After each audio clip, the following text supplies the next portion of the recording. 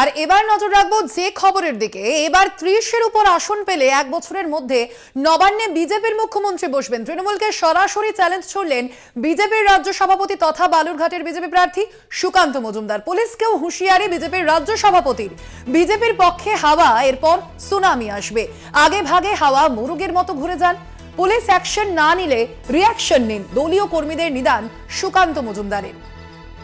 এক বছরের মধ্যে নবান্নে বিজেপির মুখ্যমন্ত্রী বসবে।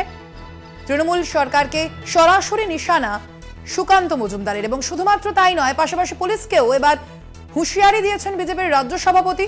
বিজেপির পক্ষে হাওয়া, এরপর সুনামি আসবে। আগে ভাগে হাওয়ার মোরগের মতো ঘুরে যান, এমনই মন্তব্য করেছেন বাঁকুড়ার কতুলপুরের জনসভা থেকে বিজেপির রাজ্য সভাপতি তথা বালুরঘাটের বিজেপি প্রার্থী সুকান্ত মজুমদার। এ বিষয়ে আমরা আরো বিস্তারিত জানবো। ফোন লাইনে রয়েছেন আমাদের প্রতিনিধি মফিজুল হুদা।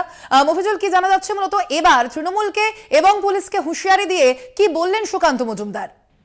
দেখো, গতকাল সৌমিত্র খায়ের সমর্থনে কতুলপুরে একটি রোড শো করেন সুকান্ত মজুমদার। সেখান থেকেই পুলিশকে হুঁশিয়ারি পরামর্শ দেন যে পুলিশ তো আগে থেকেই বুঝতে পারে কি পরিস্থিতি হচ্ছে, আগে থাকতেই পাল্টে খেয়ে যান, হয় পক্ষে আসার তাদেরকে আহ্বান জানায়। পাশাপাশি তিনি আরো জানান যে 30টার উপরে আসন পেলে লোকসভা নির্বাচনে এক বছরের মধ্যে বিজেপির মুখ্যমন্ত্রী বসবে নবান্নে।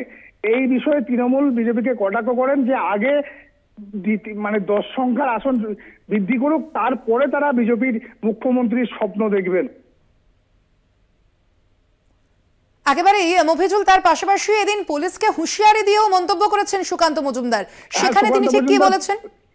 সুকান্ত মজুমদার পুলিশের উদ্দেশ্যে হুঁশিয়ারি দিয়ে বলেন যে বিজেপির পক্ষে হাওয়া এবার সুনামিতে আসবে, তাই আগে থাকতে সুযোগ বুঝে ঘুরে যান, না হলে বিজেপি কর্মীদের উদ্দেশ্যে বলেন পুলিশকে দেখে নেওয়ার হুঁশিয়ারি দিতেও তিনি আগে শোনা যান যে আগামী লোকসভা নির্বাচনের পরে বিজেপির সুনামি আসছে, তার আগে থাকতে পুলিশকে বিজেপির দিকে ঘুরে যাওয়ার আহ্বান জানান। এবং দলীয় কর্মীদেরকেও বলেন যে পুলিশ যদি গোলমাল করে তাহলে পুলিশকে পাল্টা দিতেও তিনি দলীয় কর্মীদের উদ্দেশ্যে বার্তা দেন।